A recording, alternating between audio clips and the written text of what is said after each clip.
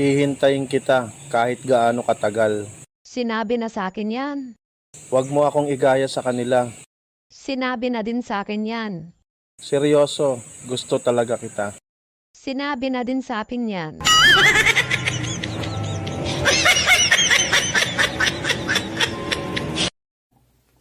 Umubo ka. Isa pa,